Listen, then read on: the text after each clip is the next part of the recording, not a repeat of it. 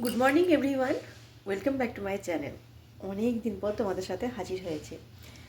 তো পুরী থেকে ঘুরে এসে সেভাবে ব্লগ করতে পারিনি, তাই তোমাদের সাথে কোনো কিছু শেয়ার করতে পারিনি। তবে পুরীর অনেক ব্লগ রেডি করা ভিডিও করা আছে, একটু একটু করে পরে পরে শেয়ার করব। তো এখন আপাতত যেটা দেখাতে এসেছি এটা হচ্ছে বাঁধাকপির দো পেঁয়াজিটা। তবে আজকে কিন্তু একদম অন্যরকমভাবে বানিয়েছি। ভিডিওটা নেওয়া হয়নি, বানিয়ে নেওয়ার পর মনে হলো যে তোমাদের সাথে শেয়ার করলে হতো। তো না চেপটিয়ে যেমন করি সেরকমই আজকে একটু বাদাম টাদাম দিয়ে একটু আলাদা স্পেশাল করে করেছি। তবে খেতে কিন্তু খুব ভালো হয়েছে আর খুব কুড়কুড়ে হয়েছে। এই দেখো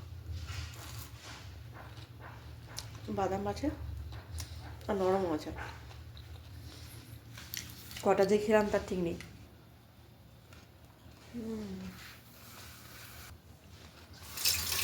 তো চলো এবার যেটা দেখাচ্ছিলাম, এখানে যে পকোড়া আর এখানে হচ্ছে যে পাঁপড় ভাজা। তোমার দাদাভাইকে দিয়ে দিয়েছি, এখানে বিট লবণ ছড়িয়ে দিয়েছি ওপরে একটু, আর এখানে মুড়ি দিয়ে দিয়েছি। আর বাবার জন্য এখানে ভাত হচ্ছে। তো আমি ভাবছি আগে ওদেরকে টিফিনটা পাঠিয়ে দিই, তারপর মুড়ি খাবো আর একটু দুধ চা করবো। মানে ওদের টিফিন প্যাক করবো, প্যাক করতে করতে আমার খাবার চা ঠান্ডা হয়ে যাবে আর খেতেও ভালো লাগবে না। টিফিনটা প্যাক করে নিই।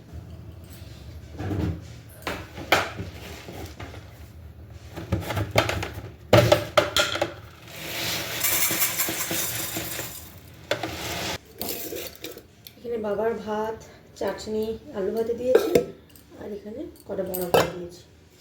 আজকে টিফিনটা মোটামুটি রেডি, এবার আমি খেতে বসবো। চলো দেখাচ্ছি। এখানে মুড়ি নিয়ে নিয়েছি, আজ একটু সর্ষের তেল নিয়েছি কাঁচা, আর একটা এই সাবুর পাঁপড়। আর এখানে চাটা রেডি হচ্ছে, কফি দিয়ে রেখেছি, এবার ছেঁকে নেব।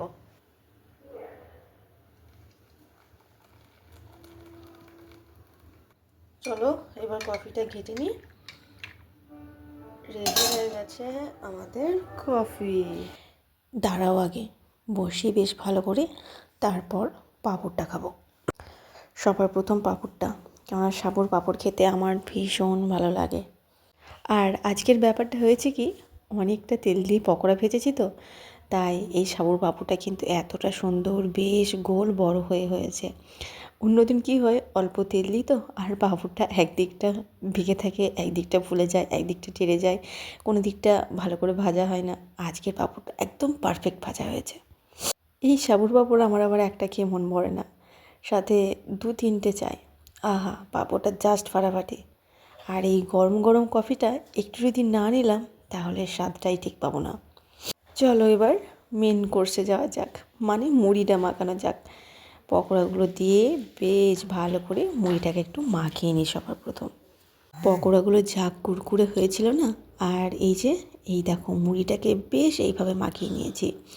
মুড়ি আর পকোড়া কিন্তু এরকম সমান সমান থাকতে হবে, তবেই কি মুড়িটা খেয়ে বেশ মজা পাবে।